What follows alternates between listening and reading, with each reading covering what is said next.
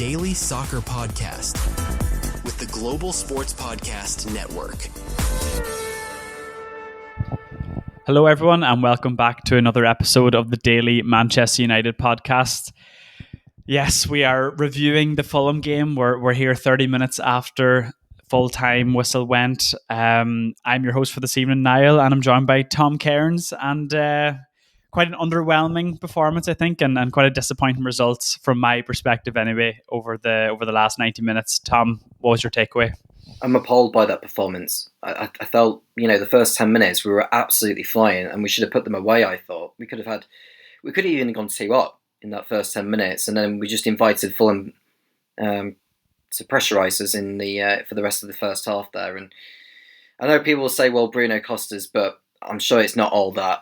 Yeah, we should have been a goal up before half time, but I don't think that really justifies how bad the team was over the course of that 90 minutes on the offensive front.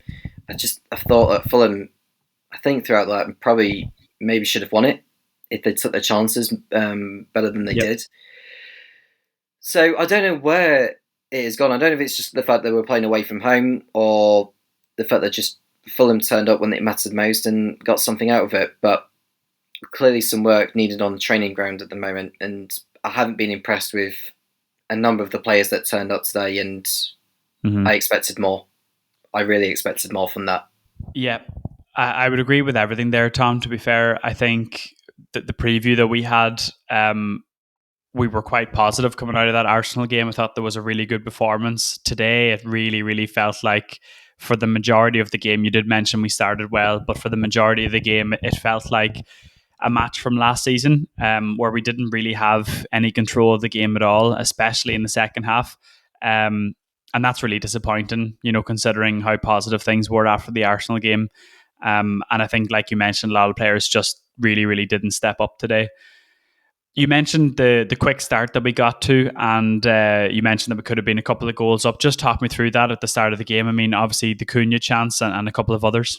Well, I was astonished by Bioniq's long ball from the edge of the penalty area at our end. Can you imagine if that actually went in? What a touch! What a touch! But what a pass from Bioniq to pick him out there. That was amazing. That was probably one of the best passes I've seen from a goalkeeper for a long time. And if it was Ederson-esque, if that had gone in, United fans would have been talking about it for an age. Yeah, that was an incredible piece of play. I mean, he did everything right. Both of them did everything right, but Cunha's touch was just absolutely incredible. And then the finish, I mean, even the finish, he did everything right, in a way, got good contact on his left foot, but it was just too close to the goalkeeper, unfortunately. He had that shot then earlier near the start of the game. Great bit of interplay from Mount and Bruno and Dorgu on the left-hand side. It's frustrating because, like you mentioned, we did start well. There was a lot of different kind of quick movements, a lot of first-time passes, which was great. And the penalty really was the turning point of the game. I think we have to touch on it. I mean, first of all, interested to get your thoughts on whether you thought it was a penalty or not. And then, there was just so much drama involved with the whole run-up for Bruno, etc., banging into the referee. But first of all, Bassi on Mount, it seemed a bit of a ridiculous move from Bassi on Mount. What do you think? It was a pen. I think looking back on that, it looks like Bassi just dragged it was Mount out of the way. It was a very strange way to pull a player down. I'm just trying to find the name of the referee who Bruno collided with. So just bear with me one minute. Chris Cavanagh. I thought it was Chris Cavanagh. I just had to make sure to be confident with. Yeah, to be honest with you, I don't think it really changed an awful lot. I don't think you can put it down to the referee in terms of the way there was nudge between him and Bruno. I think that put Bruno off. I don't think it did. I think Bruno just needed to just step on and get on with it. And I think I agree. I mean, it did put him off, definitely, but there's no excuse for it. I mean, he's a professional footballer. You have, fans screaming at you the whole time. You have refereeing decisions going against you. You have to be able to put that to one side and park it and just put your head down and get the job done when it comes to putting the penalty away.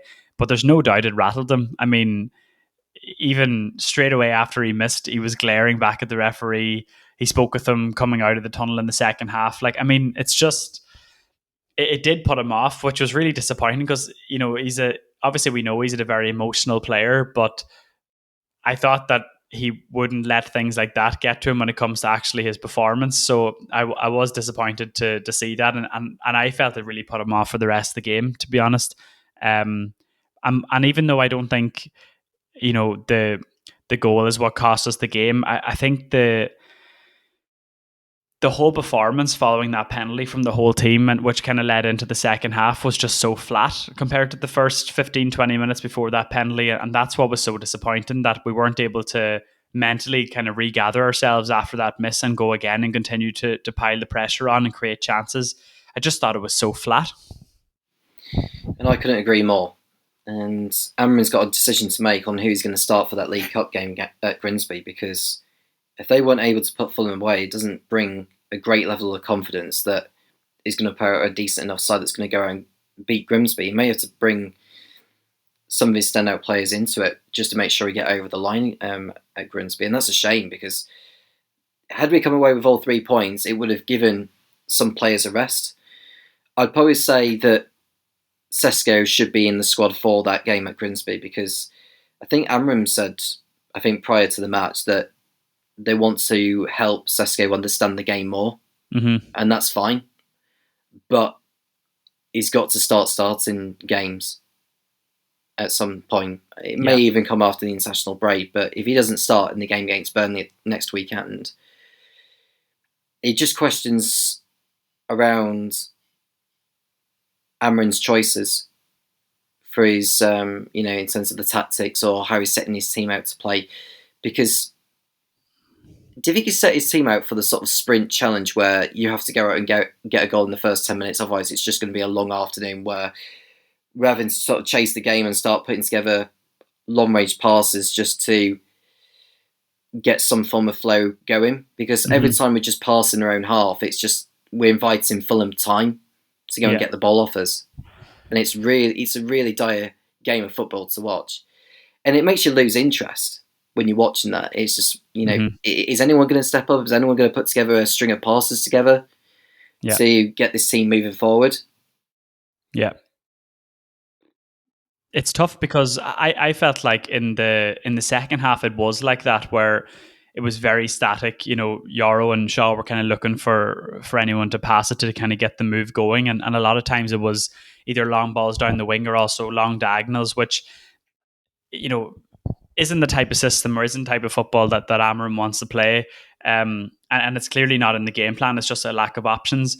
And that's why it was so disappointing, because I thought they did start well. You know, I've seen a lot of people giving out about the starting lineup, not starting Sesko and starting Mount in the false nine. I think it's an interesting one, because I thought our football in the first 20 minutes was excellent. I thought there was a lot of good link up. I think the interchangeability between Cunha and Mount is really nice, and Mount kind of plays everywhere for us in defence. He when we're defending, he kind of drops into midfield and leave Cunha and Mbeumo kind of as the two up, and then when we're attacking, he does fill those positions in the middle wherever the gaps are. So I think it's a style of play. We've seen teams play with false nines and it's worked before, and I think with the type of personnel we have of Cunha and Mbeumo running in behind, it can work.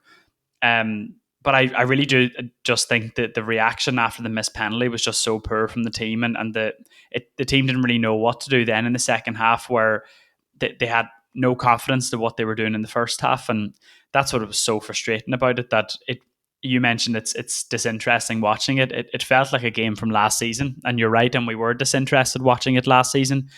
Not a lot of options, not a lot of creativity, and not a lot of chances actually happening in the second half as well. So very, very disappointing. But yeah, we'll take a quick break here. We'll be back. There's a lot more to discuss in the second half as well, and to see where we go from here, I suppose.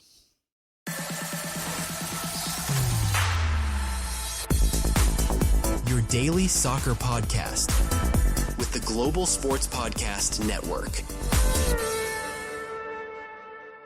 Your body is unique, and Global Sports Podcast Network has partnered with Bioniq, the world's most personalised supplements. Bioniq provide 100% tailor-made supplements designed to deliver precisely what your body needs at exactly the right levels to optimize your health. No guessing. So click the link in the show notes. Use the code GSPN2025 for 40% off your first month's subscription. Bioniq. Don't settle for off-the-shelf solutions made for just anybody. Get what's right for you right now. Your body is unique and global. Your daily soccer podcast with the Global Sports Podcast Network. We mentioned how they were flat in the second half. Amorim makes a few changes, brings on Sesko, brings on Dalot, moves Mount back into defensive midfield, and after all that, we get our chance from a corner. Great cross from Bremo, and a Euro. We're going to give it to Euro, even though it's definitely an own goal. But a Euro goal. Tom, what do you make of that? He was quite lucky that he got that goal because it looked like he put both hands on Bassi of all people. Yeah. When he tried to get that header in, and it came off Muniz in the end. That went into the back of the net, which is ironic because that's round about the same areas where he got that late equaliser at Brighton. Mm-hmm. So, but no, I think we deserved to get the goal in the end. But it's just how we kicked on from there, and we kicked on really poorly since then. You'd have thought it would have given United a little bit of a boost and actually try and go and get that second goal and get that comfort heading into the latter phase of the match. But United just weren't able to control it. And what frustrated me was the fact that for Fulham's goal, the way Alex Iwobi was able to get that ball in, what was Dalot doing? Not closing him down. It felt a similar goal to Tottenham's against United in the Europa League final. Yeah, good call. Yeah, Sarr was able to just not be closed down enough by Mazraoui to put the ball in for Brennan Johnson to just get an absolute scrappy tap on it to get it into the net. That was similar for Emile Smith-Rowe when he basically got goal side of Matthijs de Ligt essentially to tap it in. And it was far too easy. It was far too easy for Smith-Rowe to get in on that near post and put it past Buendia. Where would you put the blame on, Niall? Because I'm in two minds over Dalot and de Ligt for that equaliser for Fulham. I'd say 80% Dalot, and then de Ligt should have done better where he was looking after Jimenez, and I think what he was thinking was, as long as Jimenez doesn't touch this, it's going to go into the keeper's hands. But he probably should have stuck a leg out and just cleared it out for a corner because he was in a position to do that. But I want to go back just before Iwobi crossed the ball. We actually cleared the ball out. Dalot then tries this spin move of controlling the ball and turning it kind of back in on himself, back into the right back position, which was a crazy move. Like, we were under pressure. There was a couple of Fulham players around him as well. A simple thing would have just been take a touch and play it back the way he was facing towards the goal for it to be cleared properly. Completely loses possession of the ball, and then it's a 2v1 down that left-hand side, and Iwobi gets it, and like you mentioned, zero pressure on him.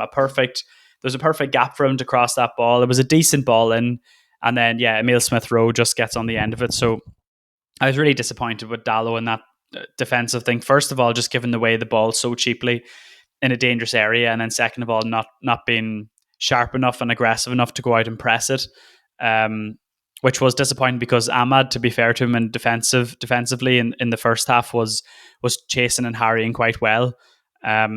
So yeah, it was really disappointing, and I mean, we can get to Buendia as well. I think there was a couple of instances where there was a lot of corners in the first half for Fulham, and he wasn't looking too sure of himself. But I don't think there was anything he could do for the goal. I think it's one of those ones where the keeper has to wait until the last minute to see if there's a touch by the offensive player, and a little touch was all it needed just to guide it into the back of the net by Smith-Rowe. So yeah, a horrible goal to concede, and like you mentioned, such a poor reaction after us going ahead. I didn't really like the substitution of Ugarte for Mount as well. It did really seem like, okay, we're really trying to hold on to the lead here.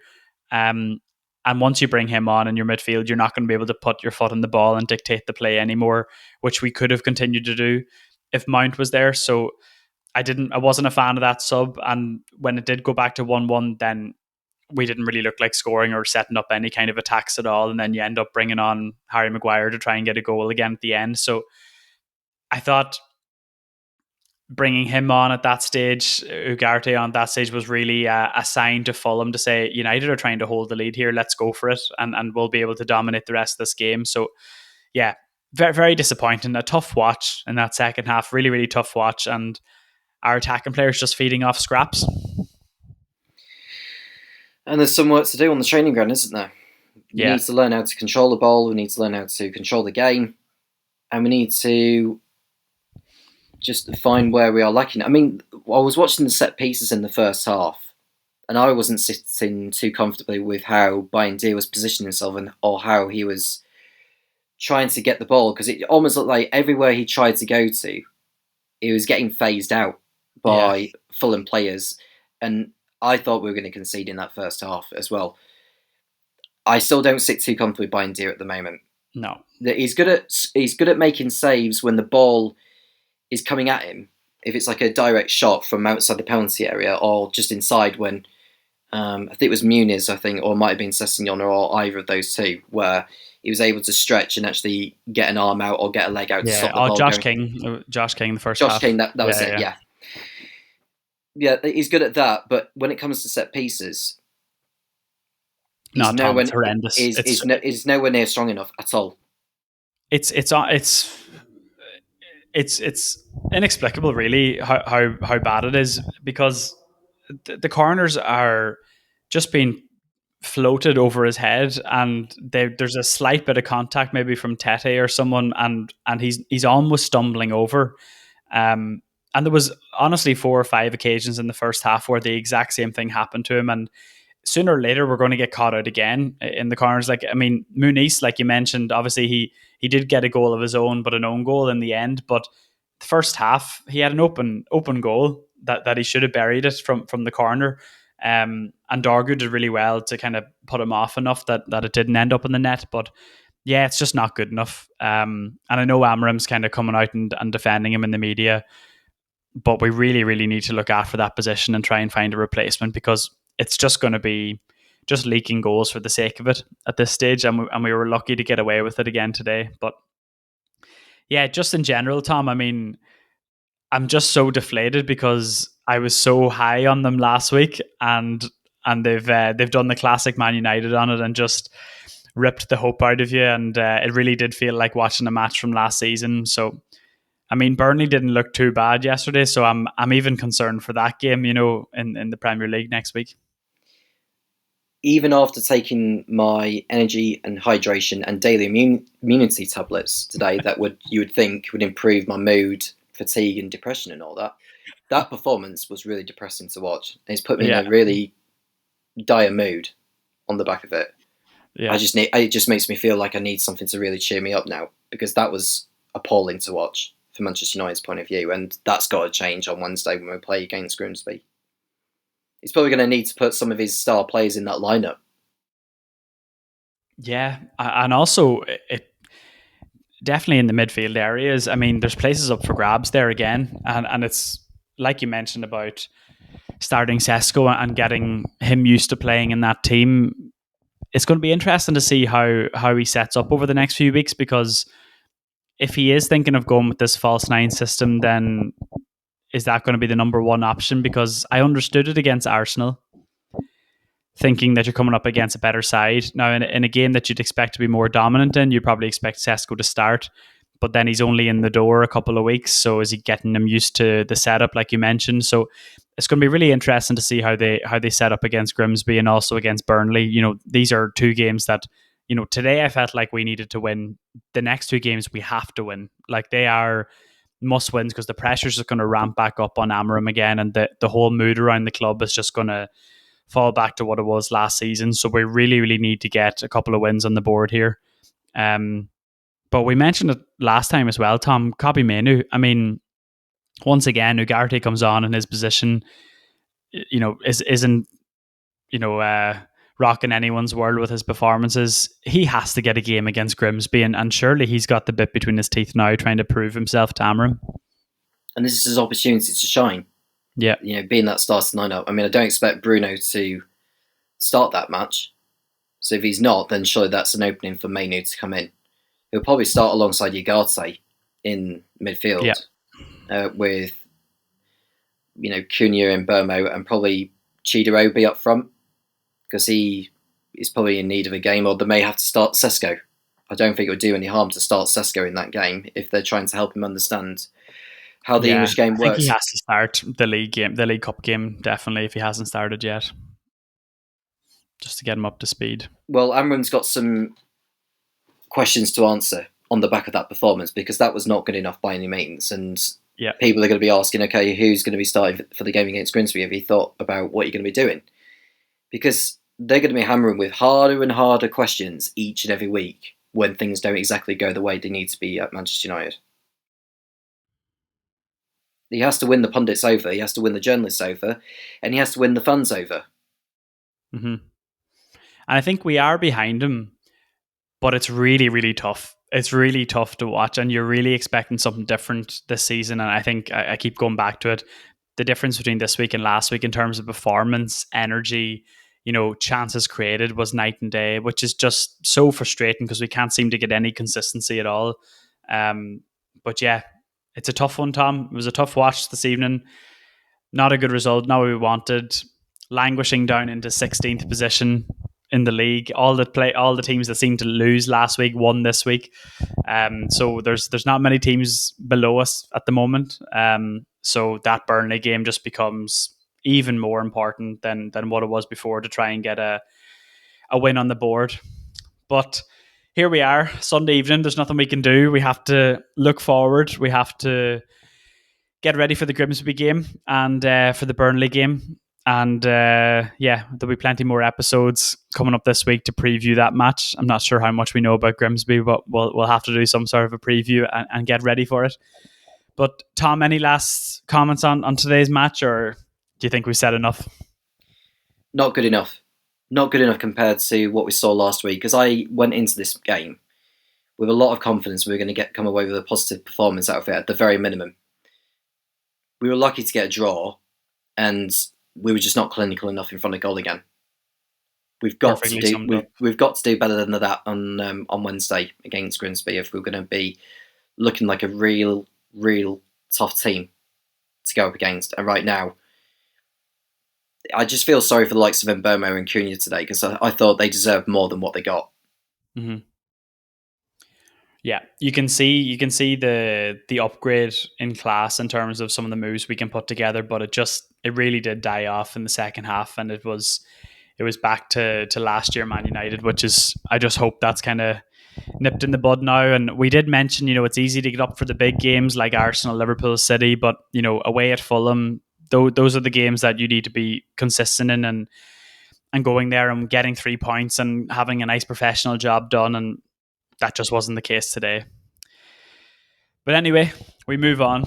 Tom, thank you very much for joining me in this episode. Always a tough one to do after a disappointing performance, but this will be in your feed right away, guys. And check out the different social media platforms that we have. We're getting great clips up there of the podcast for all you Man United fans out there as well. So we're moving well, and hopefully the team can start to catch up with us as well.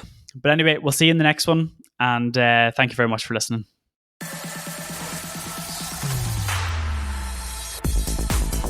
Your daily soccer podcast with the Global Sports Podcast Network.